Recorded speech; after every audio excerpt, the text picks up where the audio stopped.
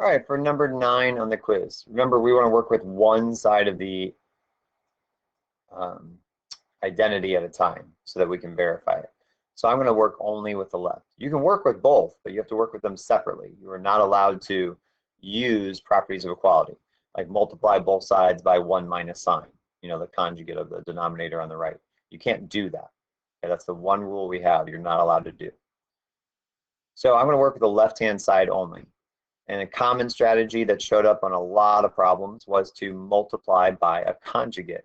So I multiplied, instead of 1 minus sine x, I multiplied by 1 plus sine x.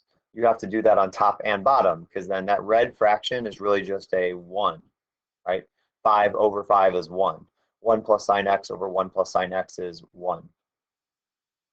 Now I put the secant x in blue just so you could see it later. It doesn't really mean anything at this point. Okay, I just put it in blue so we could see it later. Actually going to get rid of these blues in case that's throwing you off. Okay, but I am working with the left side of the equation.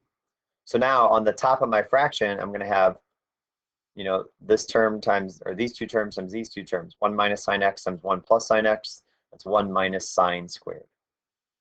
On the bottom, I'm going to have the secant x and the 1 plus sine x.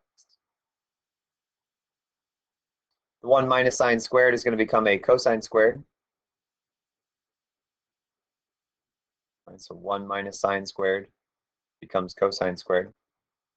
And then I have that secant x in blue for a reason. I wanted you to see that secant x on the bottom is the same as cosine x normal.